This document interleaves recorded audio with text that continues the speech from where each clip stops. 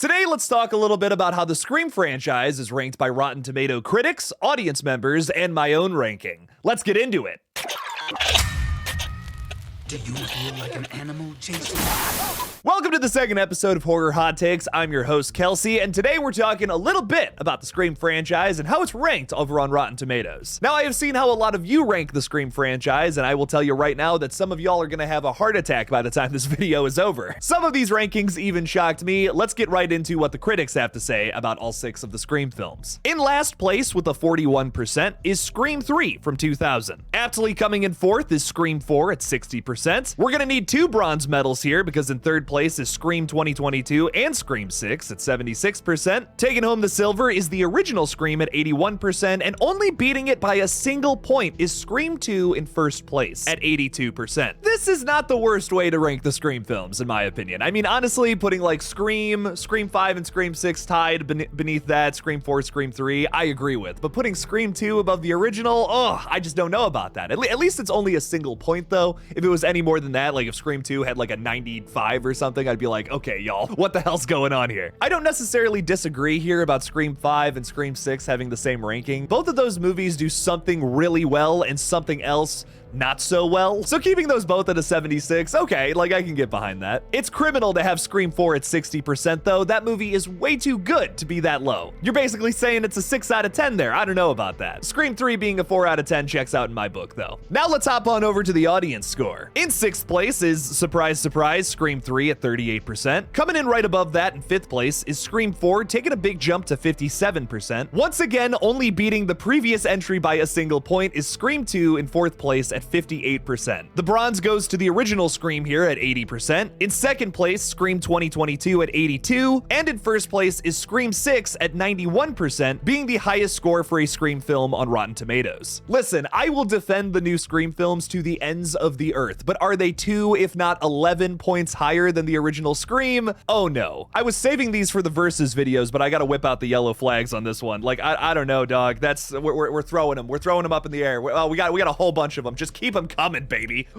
There's red flags in here too? No way. The original Scream, once again, at an 80%. It just can't get higher than that. I don't know, man. That original Scream, I have no issue with it. It's a 100% in my book. It's a 10 out of 10 movie. I think it's so good in every facet of everything it was trying to accomplish. I typically prefer my slashers to be like really gory and really crazy, really out there. Scream isn't necessarily that. It's just a really well executed movie from start to finish. Nothing about this movie bores me. And even at that, it still has some satisfying gory moments to it. The horror commentary is maybe the best I've ever seen in another horror flick, and I don't know, I can't see putting anything above that one. Scream 2 at a 58% I think is a little low, but still, okay, like I see it, I see where you're coming from. You got a random musical number in that movie, it's gotta be docked some points. And if we're talking criminal offenses here, Scream 4 at a 57%. Scream 4 has some of the best kills in the entire franchise, even over the original, and has one of the best killer reveals out of all 6 of these movies, bar none. I've even seen some people say they really like Charlie's reveal too, which is actually starting to grow on me. I really like this scene where Kirby has the phone call and all that. She goes out to save him and then gets stabbed. It's upsetting stuff. And Scream 3 is at 38%, right where it belongs.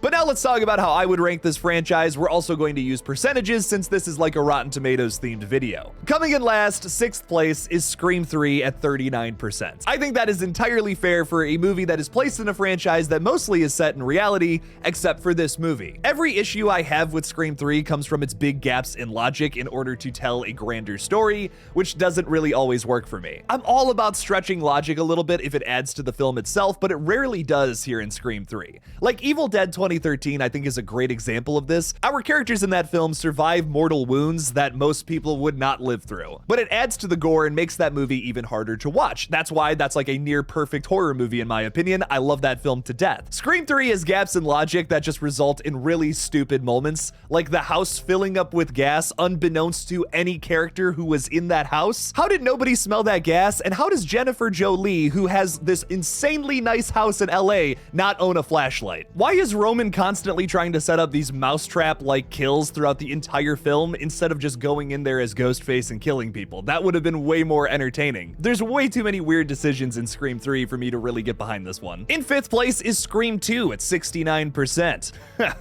Scream 2 has the best opening scene of the entire franchise, fight me on that, has one of the best chases in the entire franchise. This is a sequel that had potential to be better than its predecessor, which is not an easy thing to do when it comes to the original Scream, but it totally blows it with its killer reveals, in my opinion. Debbie Salt is so obvious, she basically gives herself away halfway through this movie when she says, "Oh, I bet the killer is from Woodsboro." I hate this character so much. She's so bad, she's so generic, she's just Pamela Voorhees from Friday the 13th. Scream 2 actually has some balls to kill a main character from the previous entry, Randy, in the van. His kill kinda sucks though. They just pull him into a van, pretend to stab him, and spray a bunch of cherry sauce all over his face. It looks so fake, along with a lot of the other kills in this movie that feel very watered down compared to the original. That was really gory and brutal. I love a lot about this movie, but the kills being so watered down and the killer reveals sucking really weighs it down. Up next is Scream 2022 at 80%. This is a movie that when I first watched it, I gave it like a 9 out of 10. Like if I had to give it a percentage now, I probably would have given it like a 91 back in the day. It has since fallen all the way down to an 80%. Scream 2022 is one of those movies that is really impressive the first time you see it because a lot of the shocks and surprises throughout it, like Dewey dying, is like insane. What? But there are some things that just feel lackluster upon rewatch, the opening scene being one of them. Scream 5's opening scene is nearly towards the bottom of my rankings when it comes to opening scenes from these movies. Like, yes, the attack on Tara is super brutal, but if you think about it, it doesn't really make any sense. We get Ghostface about to drop the knife right into Tara's chest and it cuts to title card, and then she's alive and she's totally fine like 20 minutes later. Like, yeah, she's in the hospital for most of the movie, but don't forget, at the end of this film, she does shoot Amber in the face. That recovery time for Tara is absolutely spectacular. She's clearly taken her vitamins. People hate that Amber is the one that killed Dewey. I don't care. I love it. I think she's great. Not only does she have one of the best Ghostface reveals in the entire franchise, she's also fucking crazy. Amber is such a coward too. Like at the end of this film, she like cowers in a corner and says, "Please, I was radicalized." Like, shut the fuck up, Amber. You are one of the most petty ghost faces, and I love it. There's a lot of ghost face killers in this franchise that just don't really make me feel anything. I'm like, okay, you're a stand-in villain. Cool. Great job, Ethan. You maybe got one kill in this movie, and you're still a virgin. Amber makes me hate this character, and I love that. Scream 5 sits comfortably at that 80% for me. I think that's entirely fair for this movie. That mostly hits,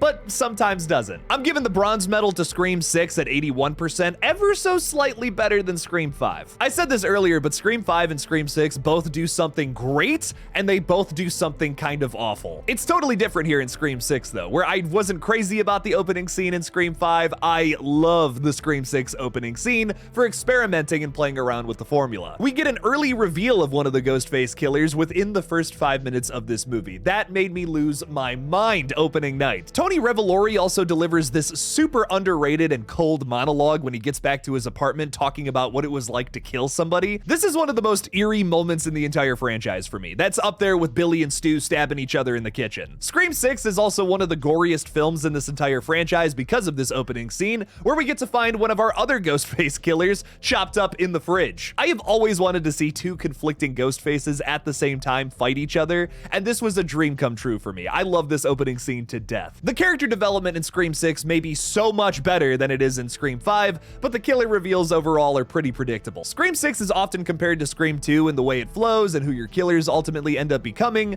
and it does some things better than Scream 2, but some things exactly the same, which I don't really understand. For instance, there's a line halfway through this movie which gives Dermot Mulroney completely away. You fuck with my family, you die. Agreed. Well, it just seems to me that if the killer is repeating what happened in Woodsboro, it's quite possible that the killer could be from Woodsboro. That's all.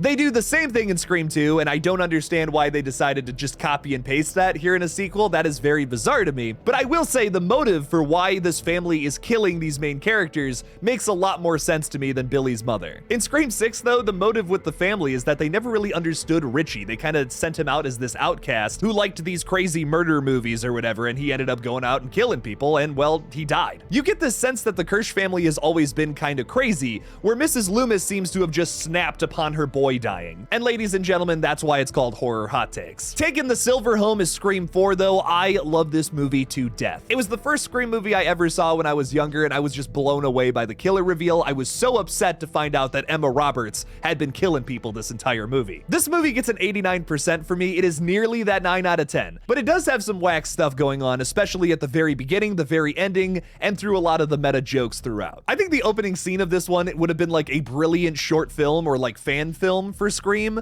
but it's just a little too in your face with the commentary, as is a lot of the meta jokes throughout this one. The meta commentary in some of the other Scream movies is a little ham-fisted, but it's nothing compared to some of the jokes in this movie. The ending of this movie was also reshot, which I love the original ending so much better. Jill just getting away with everything. That would have been so cool. But instead, we got this whole scene at the hospital, which I don't hate necessarily. It's just not my favorite. It goes on for a little too long. The pacing in this one is a little weird, but I still love this one. It is the crown jewel of sequels in the Scream franchise. And of course, taking the gold, it can't be anything else but Scream from 1996, scoring a 100% from me. I rarely hand out a 10 out of 10, a 100%, but Scream from 1996 absolutely deserves it. Everything that this movie was going for, I think they nailed perfectly on the head in so many interesting and innovative ways. It's a movie that revolutionized the slasher genre and shot it into the mainstream. This is such an important horror flick. Without this movie, who knows what horror films would look like nowadays. As you guys know, I could talk about the Scream franchise all day. This is just my ranking, of course. Leave your rankings in the comments below. Thank you all so much for watching this brand new Scream video talking about how Rotten Tomatoes likes to rank these movies. Don't forget to like this video and subscribe for more horror content in the future. Please consider supporting me on Patreon as well by clicking that link in the description below.